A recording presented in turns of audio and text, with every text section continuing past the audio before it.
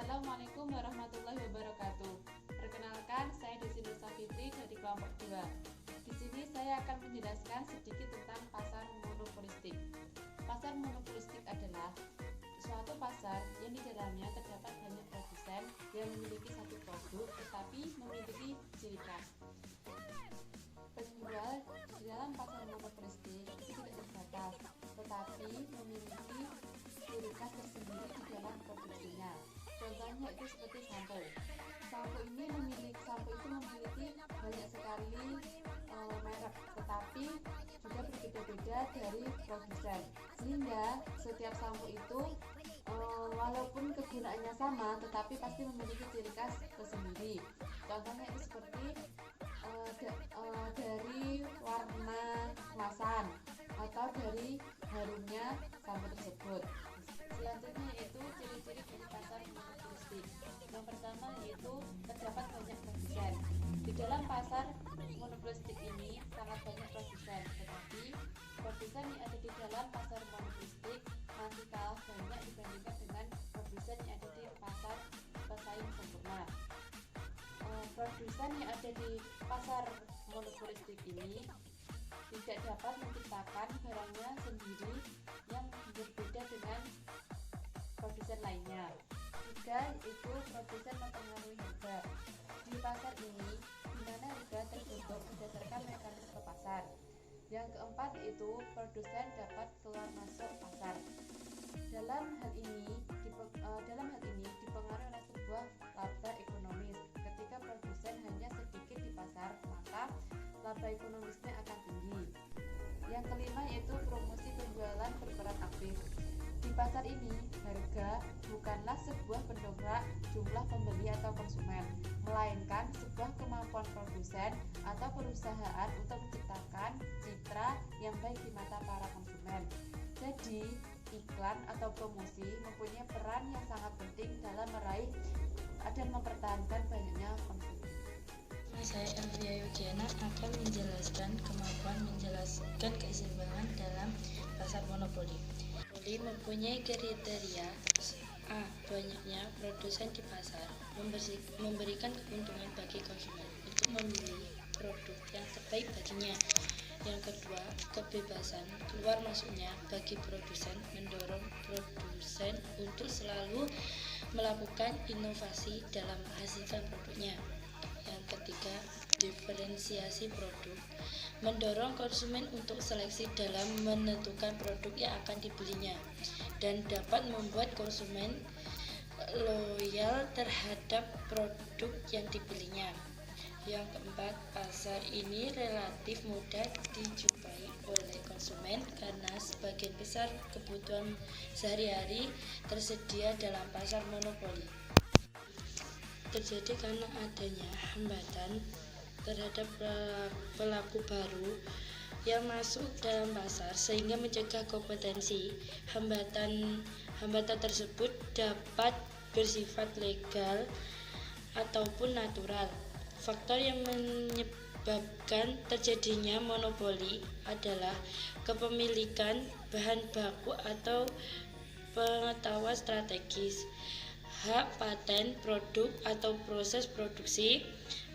Ketiga, lisensi. Keempat, kebijakan pembatasan harga. Dan kelima, keberadaan historis satu produsen dalam industri.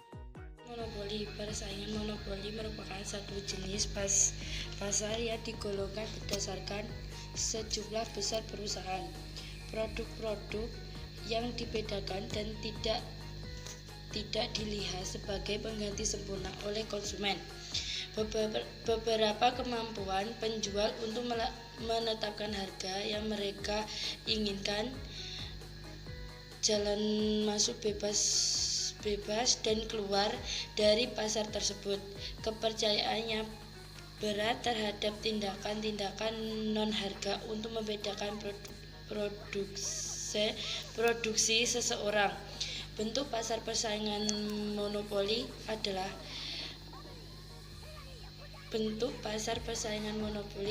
adalah keadaan biasa yang ekstrim. Sebagian besar operasi eceran berada dalam bentuk pasar ini.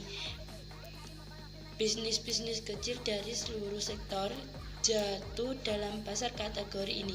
Memulai bisnis secara relatif adalah mudah, tetapi untuk tetap bertahap dalam bisnis itu tidak mudah. Bertahan dalam bisnis itu tidak mudah. Selanjutnya adalah posisi keseimbangan. Karena seorang produsen monopoli adalah salah satu produsen di pasar, maka kurva permintaan yang dihadapnya adalah kurva permintaan pasar. Kurva permintaan pasar biasanya menurun dari kiri atas ke kanan bawah, dengan artian bahwa produsen sangat mempengaruhi harga jual dengan cara atau dengan jalan menjual barang lebih sedikit atau memperbanyak produksinya. Dengan demikian, kalau diperbandingkan dengan perusahaan yang berada di pasar persaingan sempurna, perusahaan monopoli tidak hanya menentukan berapa output yang harus dijual, akan tetapi harus menentukan harga maksimal agar keuntungan juga didapat secara maksimal. Oke, selanjutnya adalah di sini ada kurva keseimbangan pasar dengan penjelasan yaitu keuntungan maksimum tercapai pada tingkat output dan harga, yaitu di mana MR sama dengan MC. Jadi jumlah keuntungan total yang diterima perusahaan tersebut adalah pada area putus-putus, bisa dilihat. Yang perlu diperhatikan di sini adalah dalam jangka panjang maupun pendek.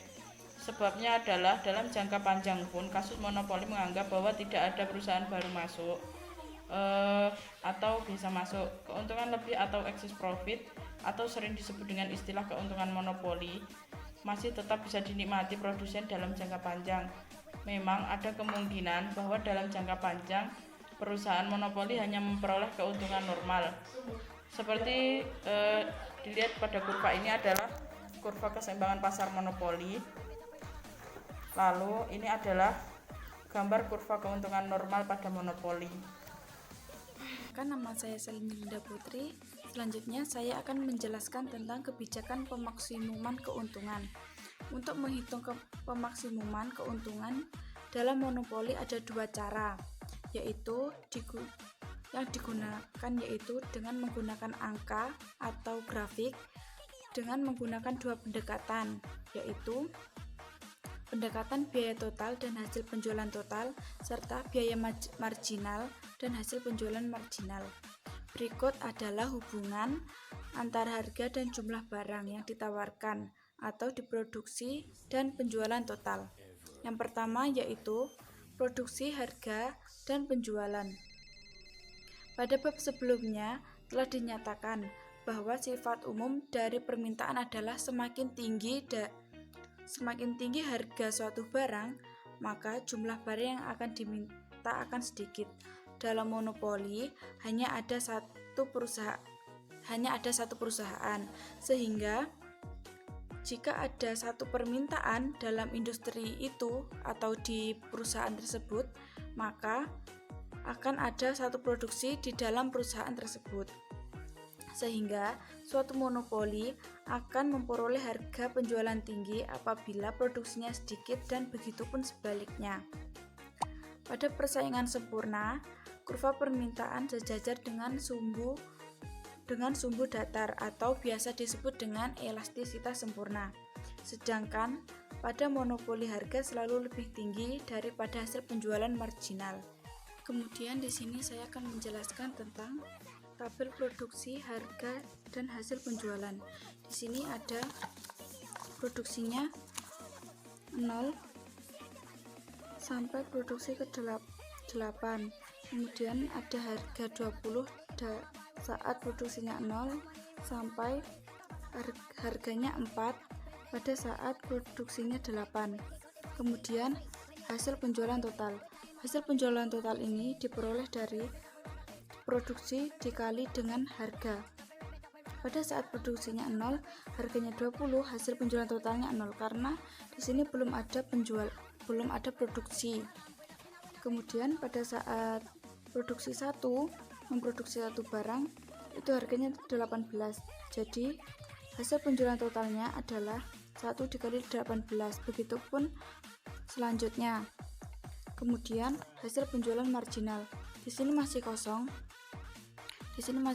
Karena penjualan marginal ini belum memiliki penjualan, sehingga hasil penjualan marginalnya 0. Kemudian pada saat ini hasil penjualan marginalnya 18 itu diperoleh dari 18 ini. Hasil penjualan total itu dikurangi dengan 0, jadi hasilnya 18. Kemudian pada saat hasil penjualan marginalnya 14, itu hasil penjualan totalnya 32 dikurangi dengan 18, jadi hasilnya 14. Begitupun dengan seterusnya. Sehingga dari tabel di atas dapat disimpulkan bahwa apabila harga barang semakin turun, maka jumlah produksi semakin menurun. Ini produksi semakin bertambah, maka harga semakin berkurang atau menurun. Kemudian hasil penjualan total akan mengalami pertambahan, tetapi pertambahan akan berkurang apabila produksi semakin banyak. Hasil penjualan total ini akan semakin banyak. Jadi sehingga pada saat dapat diketahui pada saat produksinya 5, harganya 10, ini ada hasil penjualan totalnya 50. Ini adalah titik tertinggi dari produksi perusahaan tersebut. Kemudian semakin lama setelah mencapai titik puncaknya akan mengalami penurunan. Di sini ada pada saat produksi 6, 7 dan 8 terus mengalami penurunan. Kemudian pada umumnya hasil penjualan marginal lebih rendah daripada harganya. Ini penjualan marginal, hasil penjualan marginal ini lebih sedikit daripada harga yang ditentukan. Hasil penjualan marginalnya 0 pada saat harga 20 dan kecuali pada saat produksi 1, yaitu harganya 18, hasil penjualan totalnya sama yaitu 18 dan hasil penjualan marginalnya juga 18, karena ini hanya memproduksi satu barang sehingga tidak berpengaruh pada hasil penjualan total dan hasil penjualan marginalnya. Kemudian pada produksi 2 sampai produksi 8 ini mengalami penurunan. Harga 18 ini mengalami penurunan. Kemudian saya akan menjelaskan tentang pendekatan hasil penjualan total dikurangi biaya total. Di sini ada tabel yang isinya adalah produksi, harga, penjualan total, biaya total, dan keuntungan.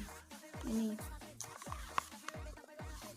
produksi masih sama dengan yang awal, terus harga juga masih sama dengan yang awal, hasil penjualan total itu sama dengan yang awal tadi, terus hasil biaya total. Nah, biaya total ini ada 4 karena biaya tetapnya adalah 4. Sudah diketahui biaya tetapnya adalah 4 dan ini sudah tertera di dalam tabel, sudah ada isinya. Kemudian keuntungannya di sini adalah 0 karena belum menghasilkan barang, belum memproduksi satu barang. Kemudian di sini pada saat memproduksi satu barang itu keuntungannya adalah 2. itu didapat dari hasil penjualan total dikurangi dengan biaya total, yaitu 16. 18 dikurangi 16 sama dengan 2. Begitupun seterusnya. Ke hasil penjualan, kemudian biaya marginal, terus tambahan keuntungan dan jumlah keuntungan. Di sini hasil penjualan marginal itu sudah diketahui, sudah didapat dari sebelumnya, tabel sebelumnya.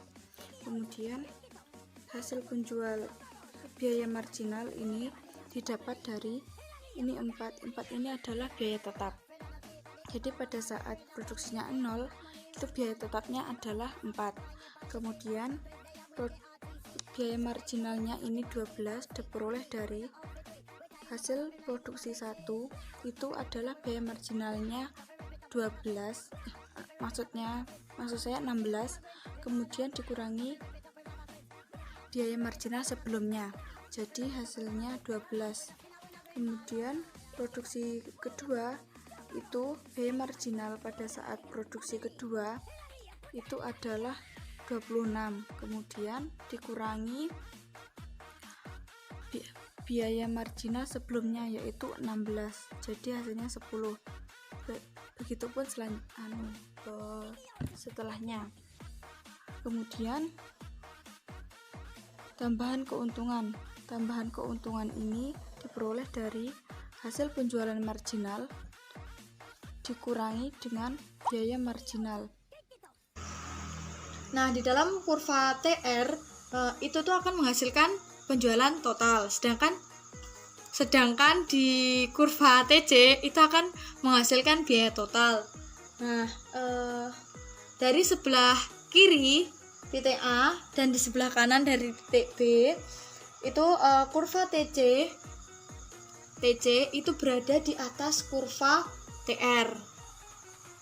Keadaan ini berarti biaya total atau TC melebihi hasil penjualan total, yaitu kedudukan yang merugikan perusahaan. Nah, keuntungan hanya akan dinikmati apabila TR itu dikurangi TC itu tuh lebih besar daripada 0. Dan ini berlaku di antara titik A dan titik B. Perbedaan di antara TR dan TC adalah paling maksimum apabila garis tegak di antara kurva TR dan TC. Ini garis tegaknya yang paling panjang. Nah, oleh karena CD merupakan jarak TR dan TC paling panjang, maka tingkat produksi yang akan memaksimalkan keuntungan adalah 4 unit. Ini yang paling besar, 4 unit.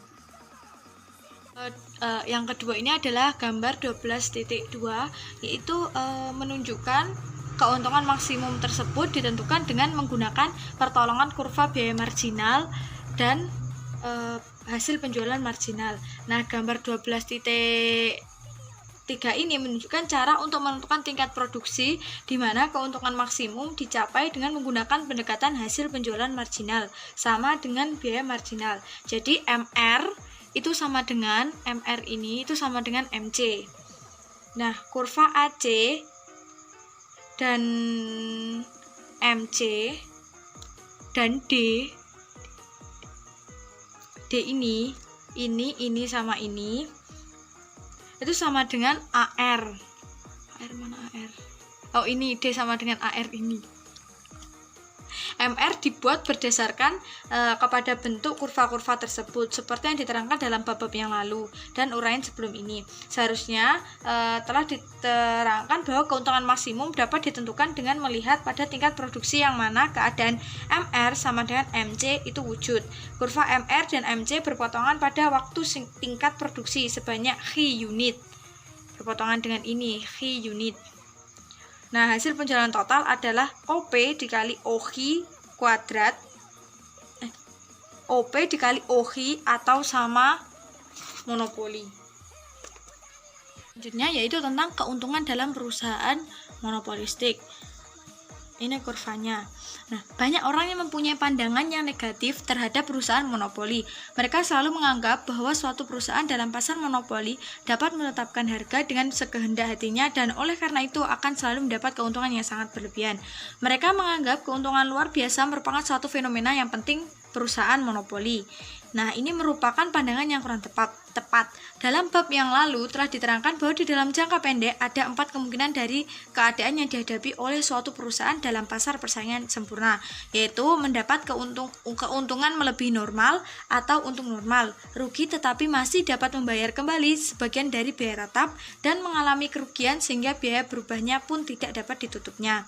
Nah, gambar 12.4 ini yang gambar I itu menunjukkan keadaan di mana monopoli tidak mendapatkan keuntungan tetapi juga tidak menderita kerugian, berarti mendapat untung normal, yaitu hasil penjualannya sama dengan biaya totalnya, yang ini kurva ini. Nah, keadaan seperti ini akan berlaku apabila kurva biaya total menyinggung kurva permintaan pada tingkat produksi di mana hasil penjualan marginal atau biaya marginal. 12.4 yang ini, yang kedua ini. Nah, itu menggambarkan keadaan di mana monopoli mengalami kerugian. Kerugian adalah yang paling minimum apabila perusahaan monopoli memproduksi sebanyak HP karena pada tingkat produksi tersebut MR1 sama dengan MC1. Biaya total yang dikeluarkan adalah OG1 dikali OP1. Dengan demikian, kerugian diderita oleh perusahaan monopoli tersebut adalah seperti yang ditunjukkan oleh kotak P1ABC. Kerugian ini adalah yang paling minimum apabila perusahaan monopoli memproduksi lebih tinggi atau lebih rendah dari Q1. Kerugian yang akan dialami akan lebih besar lagi.